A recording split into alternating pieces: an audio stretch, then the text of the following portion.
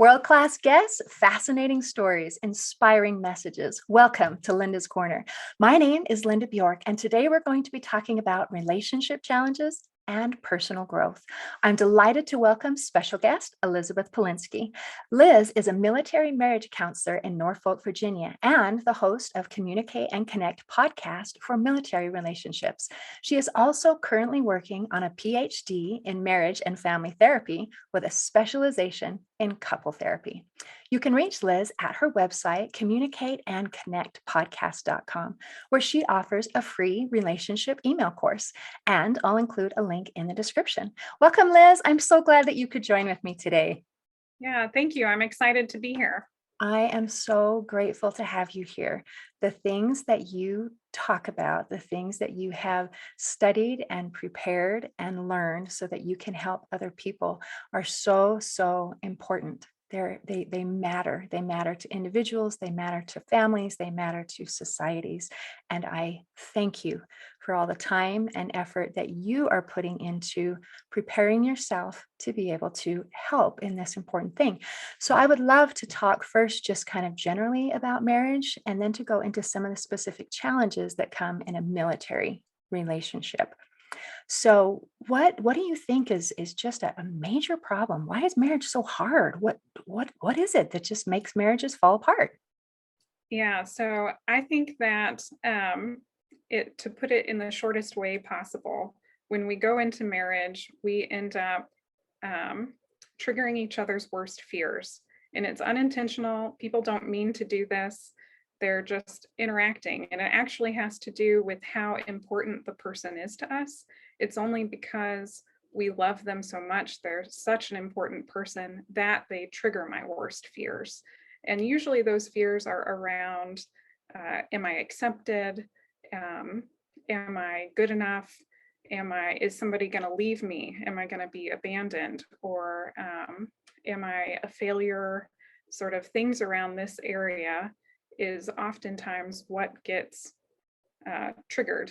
And then those are really difficult emotions to deal with. And people are often just in society not taught how to deal with that, or how to even communicate about that, and then communicate it with the person who I love the most, who is the source of my greatest safety, but also my greatest fear, because they're the ones that I'm scared might leave me, or they're the ones that I'm scared might think that I'm not good enough. And so it becomes extra hard to talk about that in a marriage. And couples who can successfully do that, they're the ones that tend to do really well. And when there's a challenge with doing that, they may end up leaving the marriage or going outside of the marriage, just because that seems easier than having to really work through the pain of all of this. That is so incredibly insightful. So I've studied a little bit of cognitive behavioral therapy, and what they suggest is that when we get down to the root of the problem of almost any challenge that we have, any mental or emotional issue, it comes down to, am I lovable? Am I acceptable? And that's what, Brene Brown and all of her research said, when it comes down to it, is, do I feel worthy of love and belonging? And when we're in a marriage relationship, we are the most vulnerable. We are closer and connected to one person than any other. And to recognize that this is where we have this great need and we have this great fear, and it triggers those things where if we feel like I'm not lovable, then my partner can't love me. And it doesn't even matter what they do, we don't feel that love. And that's a huge challenge, that it really starts with ourselves. And that's a hard thing, because usually when we're in a situation, it's no, I'm fine, but this person is not meeting my needs, or this person is doing XYZ. And it's really hard. So what kinds of things can we do to help feel at peace and to be able to maybe work on that communication? And I think what you just said, and just bringing it to our awareness, is huge. It's a huge step. It's like, oh, that's why I'm scared, because I really care about you, and I really care what you think, and I really care how you respond, and I care if you like me. because you know me pretty well. And Yeah. that's scary to let someone know you pretty well. Yes. And then I think that's the key is to let them know me really well, which is the hardest thing to do. And this is why I think relationships really are about personal growth. So sometimes in therapy with my clients, I'll talk to them about how like maybe they've done lots of individual therapy, they've grown as a person, lots of personal development, but then in relationships, it's like the final battle maybe for my self-worth and for my acceptance of my partner and for my own mental health and well-being because of this what we're talking about, because this is where the fear really comes alive, because you know me so well, you person that I love who's my partner, you know me more than anyone else, and so do you accept me or not? You know, with a stranger, I can give them like a facade, just a face, a mask, a version of myself. And couples do this a lot too, because they're afraid of really being seen. Um, but unless I let myself really be seen by my partner, I'll never have the chance at feeling accepted and feeling valued and loved. Um, so the fear stays, but I also can't really have true intimacy until we're both kind of mask free, you know, with that vulnerability and letting ourselves be seen. That Um, is so incredible. I think a lot of times we have a feeling of if we're struggling with our self-worth and our confidence, to think I have my mask, and maybe you like me, maybe you think you like me, but if you knew the real me, what's mm, really inside, then you wouldn't like me and you would reject me. And in a marriage relationship where you're together a lot, it's exhausting to try to maintain that facade 24/7, impossible even. And that's so scary when you think, if you knew the real me, what's really in here, my weaknesses, because I have them, because we all do, then you reject me. How do we start that conversation? How do we even broach this subject? Because I mean, that's scary territory. it is very scary territory. Yeah, I usually tell people like, let's go from the shallow end of the emotional pool towards the deep end. We don't have to jump into the deep end right Oh, away. thank you. Okay, so what's shallow? Where's some shallow Yeah. water where I can? Shallow might be saying like, I do get angry and critical when I feel like you don't care.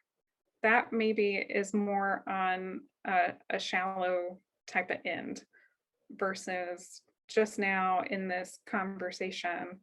Um, I felt like I wasn't good enough and that maybe you would never accept me. Like that would be a really deep end type of statement to have. Um, and so I think what you said actually a few moments ago, maybe the first step is even just bringing it into awareness, because you're right, couples do start off, and it's because it's so painful. Deep down at the core, it is really a very scary, painful thing to think I'm not going to be loved or accepted. And so it's so much easier emotionally to say, no, the problem's not with me, you must be the problem. um, yeah, so the first step, I think, always, maybe for any type of personal development or any therapy or anything really, is just increasing my emotional awareness and what is going on inside of me, trying to shift the focus from what is my partner doing wrong or what are they not doing enough of, to okay, regardless of what they're doing, what is it bringing up inside of me that is challenging to work with. um, I think yeah. that's a beautiful place to start. And I think a lot of times as we're coming into a situation, these kinds of deep introspection, we don't have the answers. It's like, when you do this, I feel this way. Why? I have no idea. I have no idea why. I just know that when this happens, I get this response. And so to be able to do that personal development and say, okay, why? Why do I have this response? Where is this coming from? I think that life is lived forward, but it's understood backwards. Sometimes we have to look back and find out, okay, where is the source of this? This is triggering me, and I don't know why. And sometimes that's scary because maybe it came from something bad that I don't want to remember. I tried to forget it because I didn't want to think about it when it was happening. So this is deep stuff, but I do agree that it really starts with us. Sometimes we hope that there's the pieces that are missing in us that someone else is magically going to fill, and then everything is going to magically resolve. And unfortunately, we really find ourselves disappointed when that is the expectation, because it doesn't work that way. Yeah, I think that is, especially in the first few years of marriage, like that's what people are kind of learning. So um, kids are a whole nother thing of like when people first have children, that has its own stressors and challenges for couples. But let's say they wait a couple years to have kids.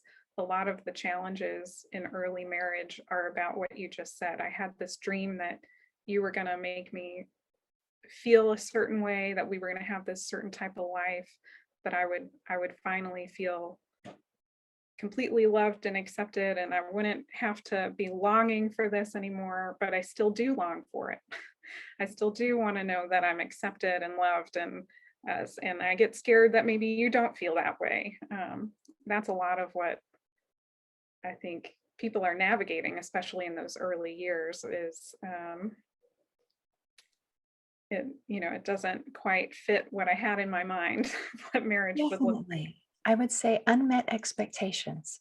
like. Sometimes we have to take a look at what our expectations are, and was that a realistic expectation? Because unmet expectations really hurt. Yes. Yeah. Yeah. And that's one that I don't even know how many people are aware that they have an expectation like that.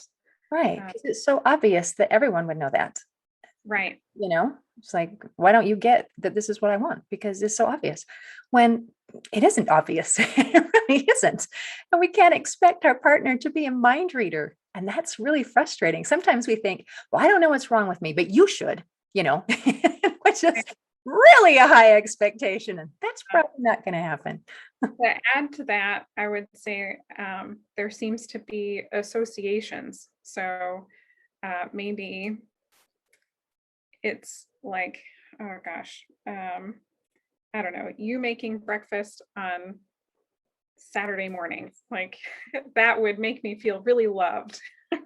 I'll just throwing out an example here, but then if they don't make breakfast, it's not that they don't love you, but then something like that might trigger those fears, those deep fears that I have about being lovable. And even though my partner does love me, they didn't do what in my mind thought was the proof for love. That is a huge issue. Ooh, let's talk about making breakfast on Saturday morning for a few more minutes then. So, if I wanted my husband to make me breakfast on Saturday morning, because that would make me feel loved, I would have a much greater chance of that happening if I asked him to do it and said, Mhm. "Hey, I it would make me feel so loved if you would make me breakfast on Saturday morning." Um, it might happen, or it's possible that it still doesn't happen, but I think the chance is going to be much greater than if I just hoped for it, wished for it, and said, "If you loved me, then you would know that you should make me breakfast on Saturday morning," because obviously that is what a good husband does. Um, so I would recommend, and maybe you're on board, that if you do want something, then having that communication and asking for it.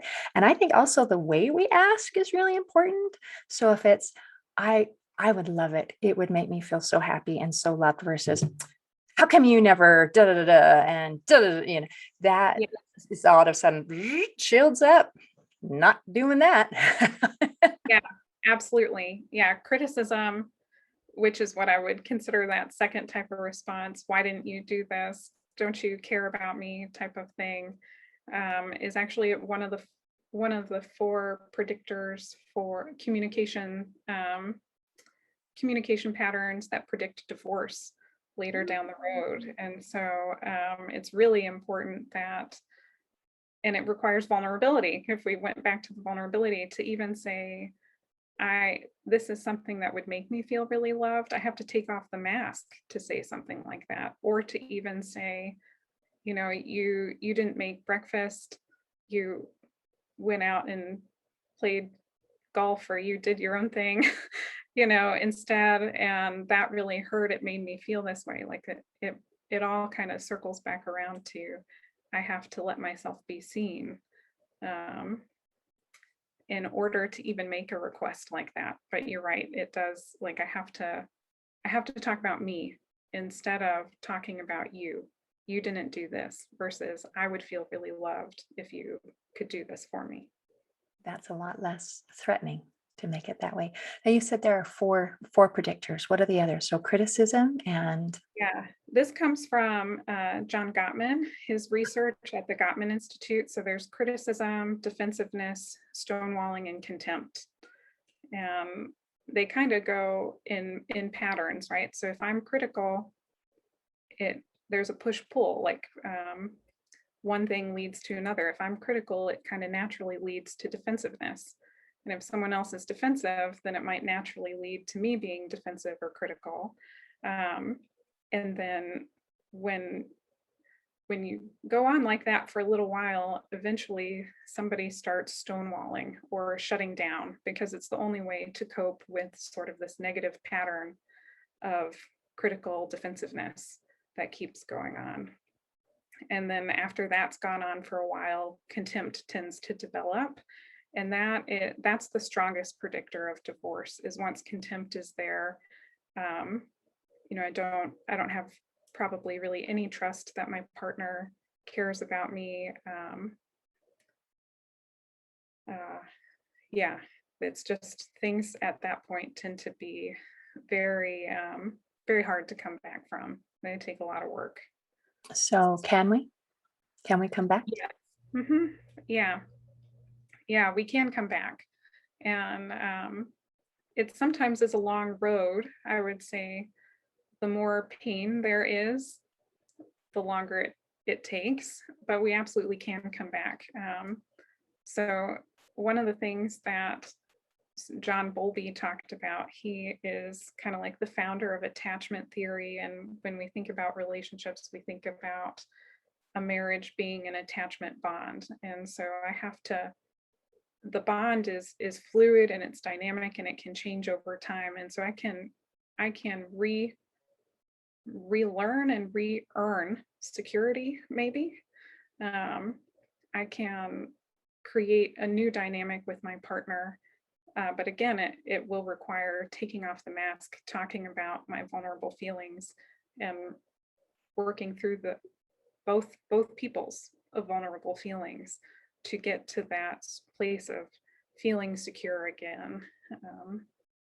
So even if I'm in a place where I'm in a miserable marriage and I Mhm. feel utter contempt for my spouse, there is a possibility that with some work and effort, we can fix it to a place where I am happy and I feel safe and I feel loved. Is that what you're saying? Yes. Yeah. Yeah. As long as both people want to make that happen. Right. Okay. So let's talk about what can we do if our partner is not interested in counseling? What can we do to make the marriage better? Yeah. I think That is sometimes, very, a lot of times we think, well, if he won't do or she won't do couples counseling with me, then there's no hope and it's over. So is there something that we can do in the meantime, maybe before they're ready? yes. Yeah. So I'll go back to the idea of sort of a push pull. Like if we had a rope between us and I'm pulling on it, you'll move, unless you're stronger stronger than me. And if you pull, I'll move, right? We go back and forth. Or maybe a seesaw is a better example. But when one person changes, it impacts the other person. And so just me focusing on me being more vulnerable, me focusing on getting more awareness into why I interact in my marriage the way that I do, taking off my mask, it is an invitation for them to do the same. And they, even if they don't, even if for whatever reason they can't take off their mask, they will likely be responding to me differently because I have changed how I'm interacting with them. Okay.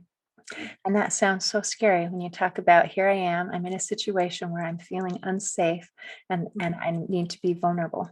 So I might maybe even tweak that just a little bit and say, as we're working on our personal development, perhaps the first person I can be vulnerable to is myself, and Yes. say, let me become aware of what's going on in my head and figure myself out before I'm ready to share this with my partner. Let me put myself in a good place, at least a better place than I was yesterday, and then start from there. I would not feel comfortable as a first step just saying, "Blah, here I am." Right. And that's probably not a wise thing to do either, because maybe again, like go shallow, then to the deep end. I have to first feel safe enough. Yeah, give me the kiddie pool, like that Yeah, 2 little splash pool thing for a minute here until I feel safe. exactly. I can't go deeper. My body actually won't let me do that, um, because I don't feel safe. I have to have safety first before I can be more vulnerable. Vulnerability can really only come with well, I guess, the self-awareness part, but then with safety. I have to be able to create safety first in the relationship before I can go into the deep end and really remove all of the masks and things like that. Okay, that's fantastic. So you're talking about that your body won't let you. That reminds me, I'm currently reading a book. It's called The Body Keeps the Score by Dr. Vanderkolk. And it's fascinating to me because you're military, that he starts with he started his practice and starting when, Vietnam vets were coming back and they were having all of these issues, and no one knew what was wrong with them. They thought, man, all these people are psychotic. And that was kind of the only diagnosis they had. That the term PTSD didn't exist back then. They didn't realize that there was any connection whatsoever. And they didn't really understand anything about, and sexual trauma. They didn't understand that there was a response in the body to trauma. And so I read that you specifically trained in working with things like PTSD and sexual trauma and these kinds of things. And first of all, I am so grateful on so many levels. I am grateful that we've come so far, that we don't just say, oh, you guys are just all crazy. It's, oh, you have gone through hard things and it has affected you to the core, your body, your mind, your spirit. So now that we have a better knowledge base, I appreciate that you have been studying that so that you can apply that knowledge and help people. Because I don't think it's helpful when someone's gone through something horrible to then label them as, well, you're just crazy, or nothing we can do for you. Not So helpful. what kinds of things, extra things can you do to help someone who's been through any of those kind of traumatic situations? Yeah. So you're right. We have come a really long way, and PTSD is actually treatable. So something I like to use this yeah, it is really exciting. It is really exciting. I like to use this analogy sometimes of like a medical thing. If I get a cold, I'm sick for a little while and then I won't be sick anymore. Some things last longer than others, and some things are more lifelong, like diabetes maybe is something that has to be managed the rest of your life. PTSD is not that way. PTSD can be treated, and you can have a life without PTSD symptoms. Not that the trauma doesn't hurt or isn't impacting you, but you do not have to live with PTSD. That is completely treatable today because we've come so far. And actually, couples therapy is really a great type of therapy for PTSD, because one of the I guess maybe one of the side effects of PTSD is that it really pulls me away from my relationships. it um, it does impact my sense of self-worth. There tends to be a lot of guilt around the trauma, feelings about, am I good enough? Am I not good enough? And my marriage relationship actually can be a really big resource for in healing the trauma and what happened and how that impacted my view of myself, as well as how I view the world. And do I view the world as safe or not? My partner can be a place of safety for me. And so, yeah, there are definitely very good and strong, and probably the gold standard treatments are individual counseling for PTSD. That would include cognitive processing therapy for PTSD, which I do, and then there's prolonged exposure and EMDR. Those are kind of the top three that are well researched right now. And but there are some couple therapies that are specifically designed for working with couples where one or both have experienced traumatic events and are dealing with the after effects of that. So I think I got a little off track, but No, I didn't. I didn't. I thought that okay. was a great answer for, so those are some of the treatments that are available. I think it, to me, one of the most exciting things you said is this is treatable. This is Yeah, absolutely treatable. I think having hope is so important because when you're feeling like I am miserable, there is something deeply, deeply wrong. And when someone says someone else has been there and we know how to help you and we can get you out, then it feels like your example of the cold. It's like I have a cold. I don't have cancer. This isn't going to kill yeah. me. This is something that I can get through and I can be healthy again and I can be okay.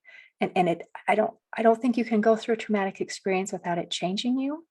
But Mhm. from all the things that I've researched, as we try to take the emotion and the experience and take that emotion and remove it, it doesn't mean you're going to forget the experience, but it won't bring up all of that trauma and all of those negative feelings. It will just be, yes, this happened. And then in a way that actually helps strengthen you so that you can help the next person on that path of life and say, oh yes, I understand because I've been through that. And you can be okay. So it can, and we can, as we go through that healing process, I think it can help us. Well, obviously it can help us, Yeah. but then in addition, if we choose to, we can also use that. It qualifies us to help the next person down the road.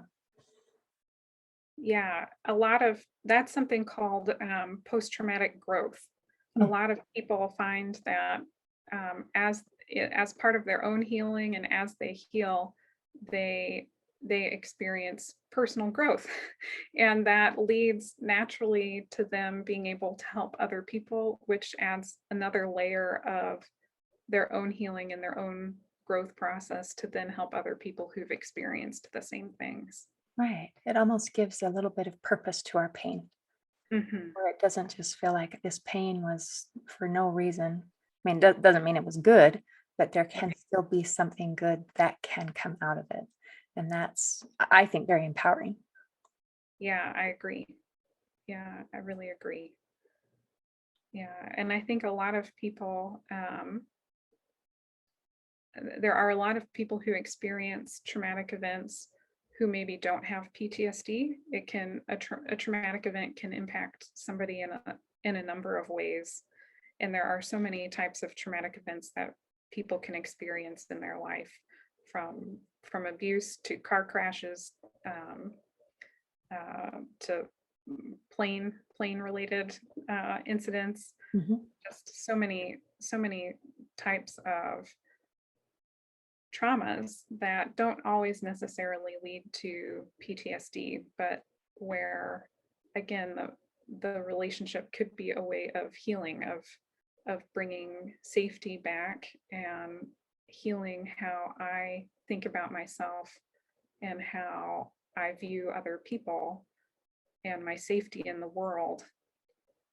But the first step is that self-awareness piece of my own emotions and sitting with my own emotions and how what's happening around me is bringing up things on the inside. Absolutely. And I'm so glad you brought that up because I think having a safe place is beautiful. And I wish every person could have a safe place to go, and how lovely it would be if it was in your marriage. I mean, Mhm. that's beautiful. But again, I think the first step is working on ourselves and not expecting our companion to make up that difference and solve our problems, because they can't.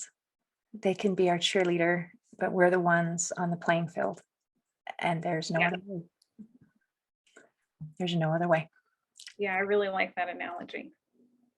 So thank you for visiting with me today. Thank you for all the things that you've shared, the wisdom and insight. My wheels are turning, and I am feeling hopeful and grateful and excited. Yeah, thanks for having me. It has been a pleasure. Yeah. In closing, I'd like to share a quote by the ancient Greek philosopher Epictetus. He said, "We have two ears and one mouth so that we can listen twice as much as we speak." Today, I invite you to improve your communication by listening to what is being said, and also to pay attention to what is not being said. See you next time on Linda's Corner.